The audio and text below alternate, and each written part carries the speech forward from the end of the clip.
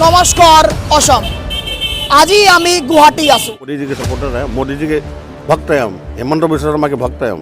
विधायक सिद्धार्थ भट्टाचार्य जी है ना, तो क्या आप उनसे बोलना चाहते हैं? ग्राउंड पे क्या रियलिटी है, क्या दिक्कतें हैं लोगों की? एनसीआर में सबसे बड़ी प्रॉब्लम पार्किंग की है। नमस्कार असम।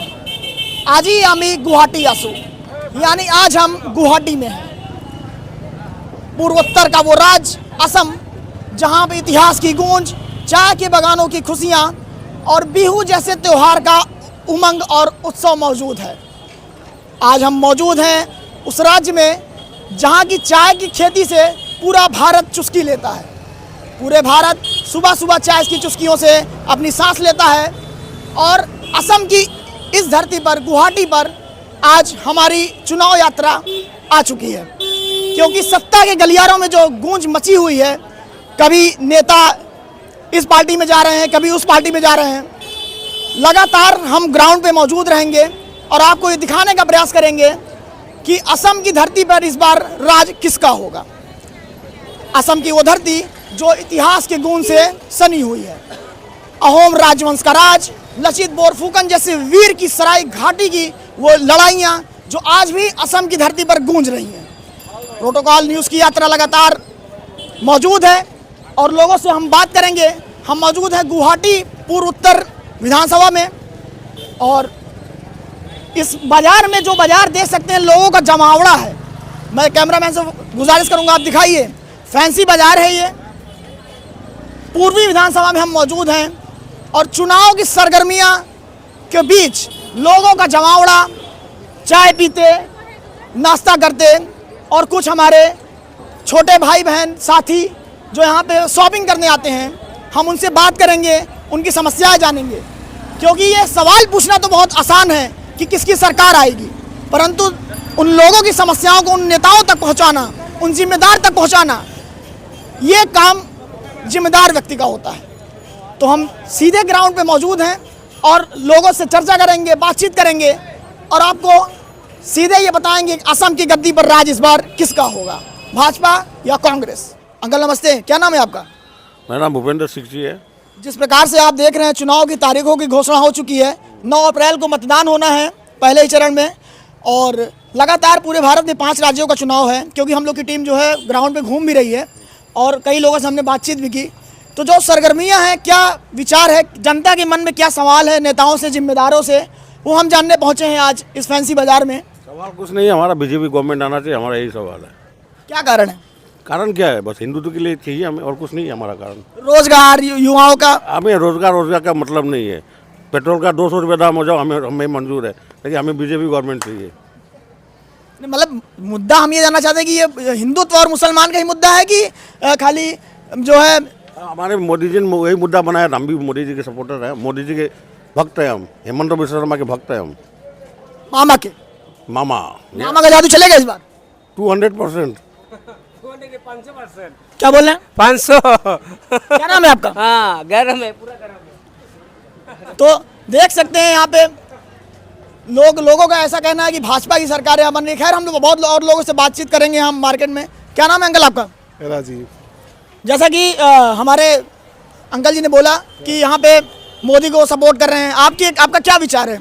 मोदी ही जीतेगा सर, हमारा तो मोदी को ही जाएगा। नहीं, हम जानना चाहते हैं कि एक पत्रकार के नाते कि क्या कारण है कि वैसे लोग इस पे बात नहीं कर रहे हैं। रोजगार, हिंदू मुस्लिम का ही मुद्दा है और कुछ मुद्दा नहीं है। ये पूरे भारत में आजकल यही चल रहा है क्या? हाँ, यही चल रहा है। देख सकते हैं अभी आप दिल्ली में अभी एक कांड हुआ। बिल्कुल, हमें परेशानी है तो हम तो बोलेंगे ना ये बात। तो क्या परेशानी बताइए ना, परेशानी बताइए। हमें पता चलता है, वो तो गवर्नमेंट भी देख रही है ना। जिम्मेदारों के प्रति आप क्या सवाल नहीं है कोई जनता का कि अब ये समस्याएं हमारी, रोड की, नाली की, युवाओं? समस्या है, पूछिए क्या समस्या है? ऐसे ब्लॉक करके रखा है इन्होंने, लोग भाड़ा उठाते हैं यहाँ पर। दिखाइए समस्या, दिखाइए क्या ब्लॉक करके रखा है? रास्ता ब्लॉक करके रखा है, हमारा बिजनेस खत्म हो गया है, हमारा बिजनेस खत्म हो गया, रास्ता सब बंद कर दिया है इन्होंने। आज संडे बोल के नहीं है, बाकी जब वो लोग आएंगे ड्यूटी में तो फिर रोड ब्लॉक करेंगे। पूरा ब्लॉक कवर रहता है, ट्रैफिक जाम हो जाता है, कस्टमर आना नहीं चाहते हैं यहाँ, फुटपाथ में जगह नहीं रहती है।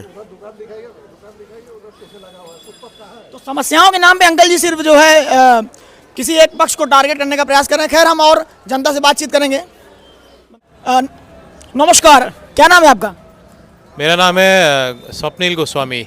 अच्छा, असमी में नमस्कार को कैसे बोलते हैं? नमस्कार को कैसे बोलते हैं? नमस्कार बोलते हैं।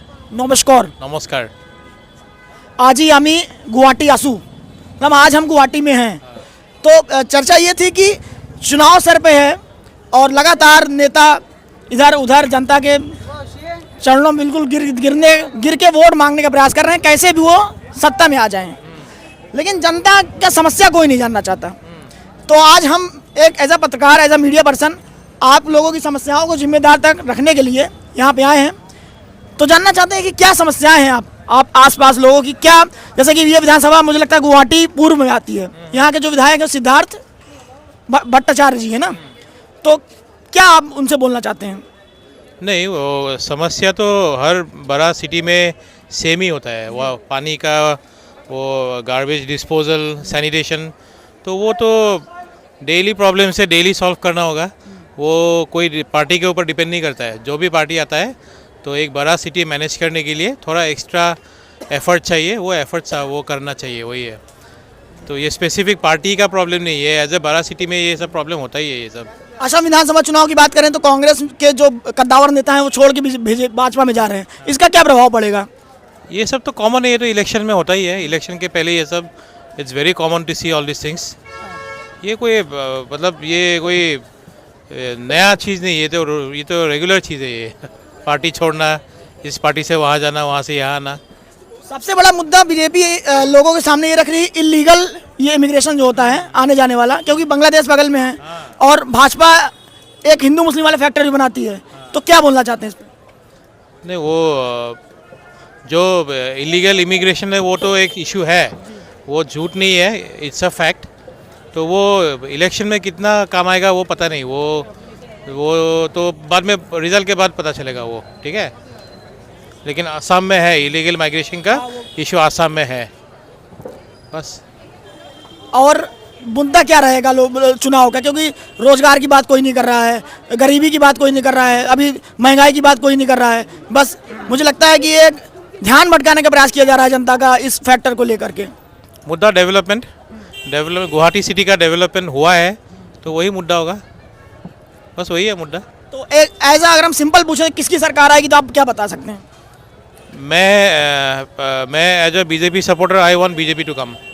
अच्छा, भाजपा का माहौल दिखते हुए नजर आ रहा है। हाँ, धन्यवाद। Thank you. धन्यवाद भैया। क्या नाम है आपका? मेरा सुधीर अग्रवाल नाम है। जैसा कि आप जानते ही होंगे कि 9 अप्रैल को वोटिंग है यहाँ पे असम में। असम विधानसभा चुनाव की तारीखों की घोषणा हो चुकी है। कई सारे उलटफेर चल रहे हैं, कांग्रेस का, बीजेपी का, सब अपने अपने दांव पेच लगा रहे हैं। वही सवाल रहता है पत्रकारों का कि किसकी सरकार आएगी।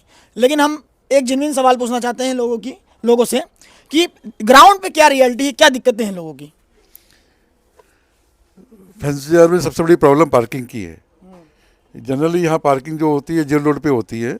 अभी इन्होंने गवर्नमेंट ने क्या किया, आसाम गवर्नमेंट ने अभी कुछ दिनों से पार्किंग को परमानेंट बंद कर दिया है। और जैसे कि हमें सुनने में आया है, यहाँ पर एक आपका हॉस्पिटल आ रहा है, हॉस्पिटल मतलब ये किड्स का हॉस्पिटल आ रहा है बच्चों का, और वो कोई हर्ष नेवटिया को दिया गया है, जो कि ऑलरेडी यहाँ पे एक बहुत बड़ा हॉस्पिटल महेंद्र मोहन चौधरी जो है ना, यहाँ जो बन रहा है, 5 बड़ी बड़ी टावर्स बनी है यहाँ पे, वहाँ ऑलरेडी आ रहा है। तो ज़रूरत नहीं यहाँ पे एक और हॉस्पिटल आने की। लेकिन क्यों, एक पार्किंग नहीं होने से यहाँ के जो बिजनेसमैन हैं, जो शॉपकीपर्स हैं, उनको बहुत बड़ी आगे प्रॉब्लम आने वाली है। यहाँ के लोकल जिम्मेदार क्या कर रहे हैं? जैसे जो एमएलए हैं लोकल सिद्धार्थ भट्टाचार्य जी। कोई कुछ नहीं कर रहा है, कोई कुछ नहीं। खाली वोट के समय में ये लोग वोट मांगने आते हैं, जब इलेक्शंस होते हैं तब, उसके बाद में कोई मतलब नहीं इन लोग का कोई भी।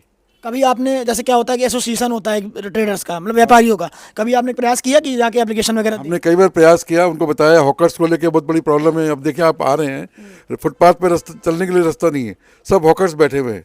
इसको लेके हम लोग कई बार जा चुके हैं सिद्धार्थ भट्टाचार्य जी के पास, कोई सोल्यूशन नहीं निकला अभी तक। अच्छा, एक सवाल मेरे मन में आया, हम घूम रहे थे बाहर, मुझे किसी राज्य से कोई दिक्कत नहीं है, हम सब भारतवासी हैं, लेकिन यहाँ पे बहुत लोग बिहारी मुझे नजर आए। मैं खुद उत्तर प्रदेश का हूँ। क्या ऐसा कुछ नहीं है, सब तरह के लोग यहाँ, बंगाली भी है, असमीज भी है, मारवाड़ी भी है, बिहारी भी है, सब है यहाँ पे। कि ऐसा कुछ नहीं कि उन्होंने सिर्फ कैप्चर कर रखा हो? ऐसा कुछ नहीं, बल्कि मैं खुल के बताऊँ, ओपनली बता रहा हूँ, ये बांग्लादेश से जो आए हुए हैं ना, वो लोग ज़्यादा ऑक्यूपाई कर रखे हैं यहाँ पे। हाँ, एक इलीगल इमिग्रेशन जो विषय सबसे ज़्यादा इफेक्टेड है, जो जिस लोग बोलने में डरते हैं, लेकिन मैं क्लियर बोल रहा हूँ, उनका सबसे बड़ा इफेक्ट उनका है। उन्होंने जो मैक्सिमम ऑक्यूपाई कर रखा है, और क्या है ना, वो एक बिहेवियर नहीं जानते, कैसे कस्टमर से बिहेवियर करना चाहिए नहीं चाहिए। आए दिन झगड़ा होता रहता है इन लोग आपस में जगह को लेके। तो यहाँ का जो जनता का मूड है असम का, इस बार क्या लग रहा है आपको? देखिए, बीजेपी सरकार आएगी, लेकिन थोड़ा सा टफ है, इस बार थोड़ा क्यों? टफ है, क्योंकि जिनको लास्ट ईयर जो जिनको ये मिली थी, आपको सीट्स मिली थी, उनको इस बार टिकट नहीं दिया गया है, तो थोड़ा अगेंस्ट में विद्रोह कर रहे हैं वो लोग। एंटी इंडियन पैसे, क्योंकि बहुत सारे टिकट भाजपा ने काटा है इस बार। उसका इफेक्ट तो आएगा कुछ, तो इस बार है थोड़ा टफ कंपटीशन है, टफ कंपटीशन है। और आप इंटरनेशनल मतलब नेशनल राष्ट्रीय स्तर पर भी देखते होंगे, तो वेस्ट बंगाल के बारे में तो कुछ आप जानकारी है आपको? इस बार वहाँ भी टक्कर है, वेस्ट बंगाल में भी इस बार बीजेपी इतना शांति से नहीं बैठेगी वहाँ पे भी। और लास्ट टाइम उसकी 72 सीट्स आई थी, वोट परसेंट बढ़ा था। हाँ बढ़ा था, तो इस बार भी बढ़ेगा। धन्यवाद uncle, thank you so much.